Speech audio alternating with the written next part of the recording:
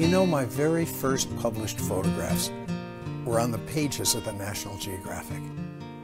I still find that hard to believe. I mean, it was crazy, but that's what happened.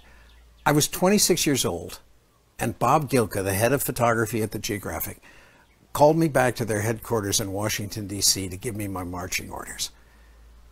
And I remember standing in the lobby of what they call Explorers Hall, and I was looking at giant globes and dog sleds and submersibles and flags planted on Everest and surrounded by the most beautiful photographs I'd ever seen in my life. How was I going to prove that I was worthy of working here? And then I was taken upstairs and into Bob's office. Bob was a blunt man, just straight and to the point, and honestly a little scary. Well, that morning I was completely unprepared for what he said to me. He stopped me cold. He changed the way I did everything from that day forward. He looked at me from over his desk and he said, "You know, Dewitt, the people who photograph for this magazine are the best in the world. You don't have to prove yourself." I don't have to prove myself. I mean, honestly, that's all I've been thinking about since I got the assignment. You don't have to prove yourself, he continued. But by God, every day you had better improve yourself. The words went in. Don't prove yourself. Improve yourself.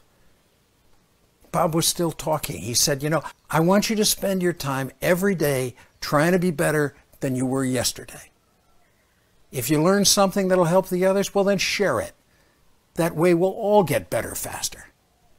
Don't prove yourself. Improve yourself. Otherwise, you're fired." Big first lesson, right out of the blocks. I don't know how many times I've thought about it, how many times I've acted on it since that day in Bob's office. Don't prove yourself, improve yourself. And you know, living that lesson, I've come to see that life really is a lot more about cooperation than it is about competition. It wasn't proving myself or taking others down that allowed me to succeed.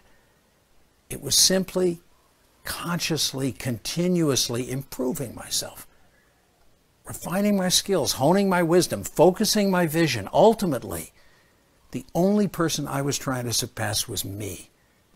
Don't prove. Improve.